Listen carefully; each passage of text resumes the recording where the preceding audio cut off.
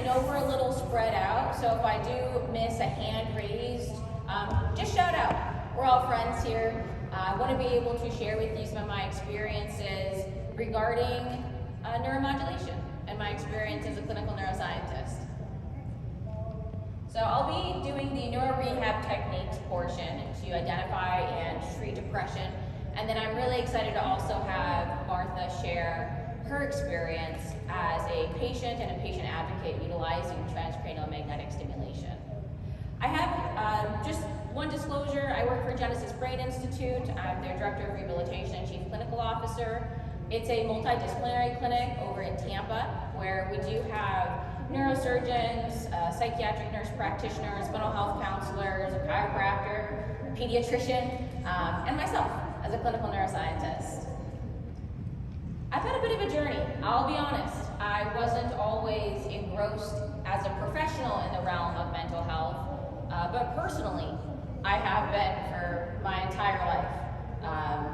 I'll share a little more on that, but from a career aspect, I really started with neurological performance. I worked with a lot of athletes in some of the major sports, anything from MLS to the NHL to the NFL. Athletes want their brains to perform at their absolute best. You know, in a lot of these sports, every second counts, every millisecond counts, as we've seen in the Olympics just a couple weeks ago. But there is a different fulfillment my soul gets when I get to help just one of the community members that really makes the world go round. So how I went from neurological performance enhancement more towards optimizing the brain and really including mental health with that. I myself have had transcranial magnetic stimulation. Since I was 13 years old, I've been in counseling. I've been through the gambit with medications. And for some people, they work really well. And for other people, they don't. And I always say, we just can't give up. There's always going to be new options, new treatment options, new technologies, new medications, new techniques. Back when I was 13, which was a couple decades ago, it wasn't an option to do TMS. It wasn't an option really to do EMDR, right? There are non-invasive techniques that are brand new to this most recent decade of mental health and really just wellness as a whole. And it was more than just for me. I'm one of 5 kids, and out of the 5 of us, we've had 3 suicide attempts, we've had 1 non-fatal OD. It kind of lets me know, and I hope it lets you know too, it can be all of the experiences from your life, and it can be part genetic, right? We are an accumulation of our experiences, but we are also a product of our genes. It's not nature or nurture, it's nature and nurture. So in terms of my education, I've always wanted to help people. I just didn't know how to do it. So I ended up going to the University of Iowa, getting a health science degree, going to a Palmer Chiropractic College. I thought maybe I'd be a chiropractor because I want to help people, but I didn't want to have to deal with the surgery like my grandpa did, or with all those bodily fluids that my mom and my grandmothers both did as nurses.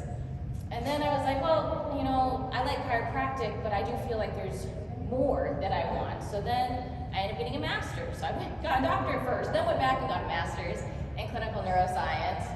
Then I really was interested in transcranial magnetic stimulation, so I studied at the University of Maastricht to educate myself more on some of these new up-and-coming tools, and then hyperbaric oxygen. So I went and did some coursework with the Board of Undersea Medicine as well.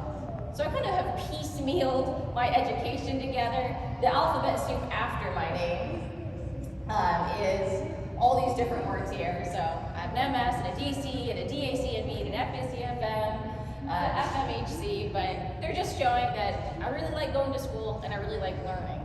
And I really want to bridge the gap between all the amazing research us neuroscientists are producing and being able to actually use it to help people. What's the point of having 200,000 articles on QEEG and PubMed if we're not going to be educating our mental health teams on how to use QEEGs? What's the point of having 140,000 articles on TMS if we're going to make so many hoops to jump through for TMS that people aren't going to get it? So I hope today I'll be able to share with you some of the technologies that I've learned about along the way, and then together we can maybe talk about ways to implement them. If not today, maybe tomorrow, maybe in the future. And sometimes just knowing about it can give a patient hope. Like, hey, I don't have this, but I've heard of this new tech. It might be worth trying. Anything to help our patients kind of reignite that flame of hope and continue pushing forward to tomorrow. So as a researcher, I was cranking out, abstracts, case studies, case series, had an RCT on neurofeedback and autism, but I ended up presenting at the Sports Neuropsychology Conference a few years ago, and I wanted to see which domains in our concussions were getting better the most. And what I saw is that with neuro rehab, it was the emotional domains that were getting better the most for our retired NHL players, retired NFL players, and then to a lesser extent, my equestrians. So then that brought up some more like, what's going on with the equestrians? That they're not getting as good a result in the emotional domains as maybe these other fields. This just brought about some questions regarding which demographics maybe could benefit the most and why. So from there, I wanted to dive in and just learn a little bit more. I had been very aware that depression after head injury is a common comorbidity or a common consequence, so that when the brain is less healthy, you're more likely to have mental health challenges. Approximately 1 in 5 people will have mental health challenges up to 6 months after their traumatic brain injury. And a lot of times I'll quote a research, and if you want to look at the research study yourself, there's always the PubMed ID at the bottom, and you can just pop that into PubMed and it'll pull up the research article as well. So when we're talking about depression, I kind of wanted to think about, what is our definition of depression? And I've done a lot of landmark classes in my time. They always say, let's define the word before we talk about the word.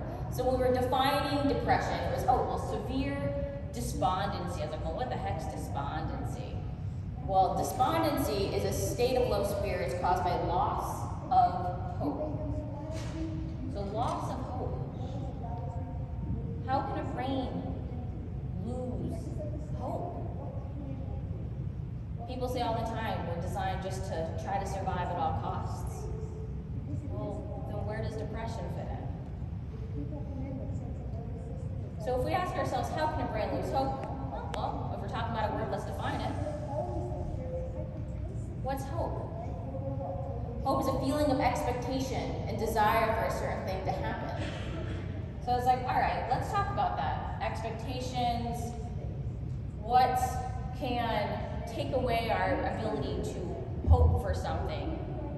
Well, loss of control can lead to helplessness. There's actually a pretty crazy study they did using rats, where they had them touch a button, and for some rats, the button would shut off a hot plate under their little feet. And then for other rats, the button did nothing. And even when they took the rats where the button didn't give them any control over whether or not their feet got hot, and they put them in a room or a box where they could control it, they didn't even try. Once they had learned that they're helpless to their situation, even when their situation changed, their behavior didn't. They still were helpless, still didn't have any expectations to have control over their lives.